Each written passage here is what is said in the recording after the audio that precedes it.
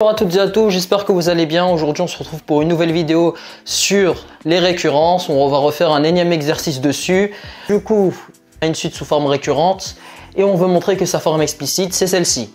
Donc la première étape, vous connaissez la chanson, c'est l'initialisation. Donc l'étape en général que vous réussissez le mieux. Là, l'initialisation, on va montrer que la propriété, donc celle-ci, est vraie au rang 0. On commence. Donc l'initialisation, donc ça a n égale 0, je vais juste remplacer les n ici par 0 et voir si ça vaut U0. Et je vais surtout pas écrire, ça je le répète mais c'est juste pour enfoncer le clou, U0 égale. Ce serait aberrant d'écrire ça parce qu'on veut juste montrer que ce qu'on va trouver c'est U0.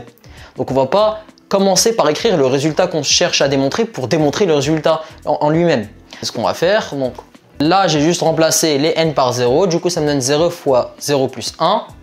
0 fois 0 plus 1 ça fait 0 fois 1 et 0 fois 1 ça fait 0. Et qu'est-ce qu'on remarque? On remarque que 0 c'est U0 puisque ici consigne elle dit que U0 vaut 0. Donc là on peut écrire que c'est U0 et là on montrait que l'initialisation elle était vérifiée. Petite phrase pour conclure sur l'initialisation, la propriété est vraie au rang 0, la récurrence est donc initialisée. Donc là on va passer à l'étape de l'hérédité. Voilà comment on commence l'hérédité. On choisit un n appartenant à grand N et on suppose que ce n là, la propriété elle marche pour ce n là. Donc on suppose que la propriété est vraie au rang n. Ça veut dire quoi que la propriété est vraie au rang n? Ça veut dire qu'on a ça. Donc un égale n facteur de n plus 1. On veut montrer que si elle est vraie au rang n, elle sera vraie au rang suivant. Donc le rang suivant c'est n plus 1.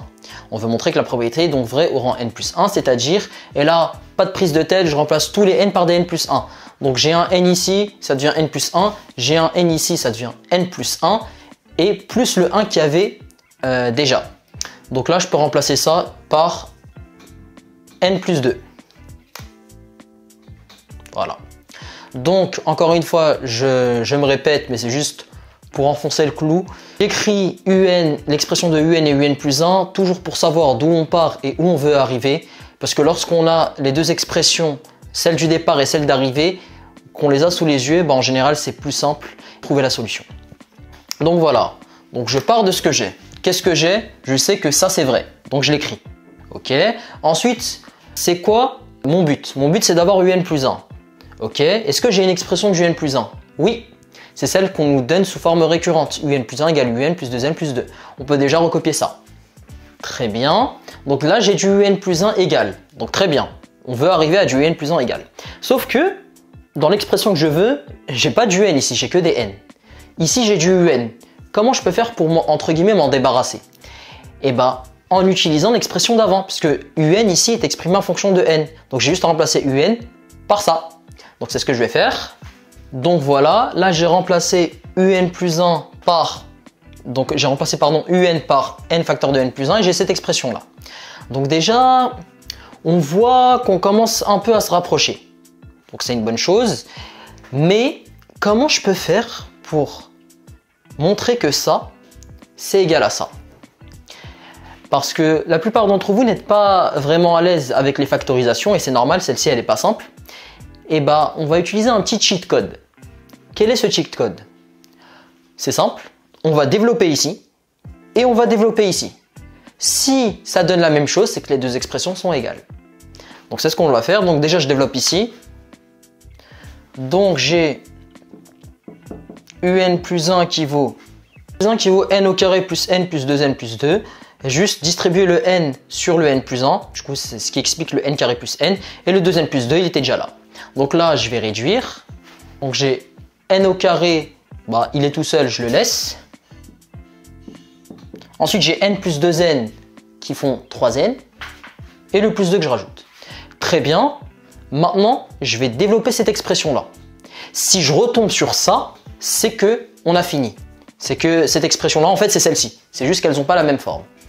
Donc, on va développer celle-ci. Donc là, je vais juste faire une double distributivité classique.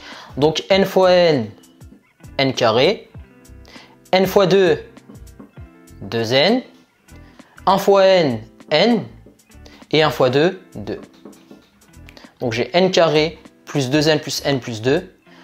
Donc 2n plus n, ça fait bien 3n. Donc je réécris le n carré ici, plus 3n, plus 2.